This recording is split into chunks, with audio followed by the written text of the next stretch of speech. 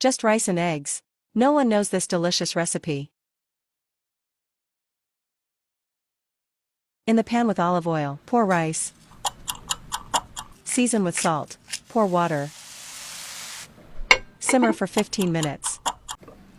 Separate the egg whites from the yolks. Pour the yolks into the rice. Peel the carrot. Cut the carrot into strips. Fry the carrot with ginger cut into strips.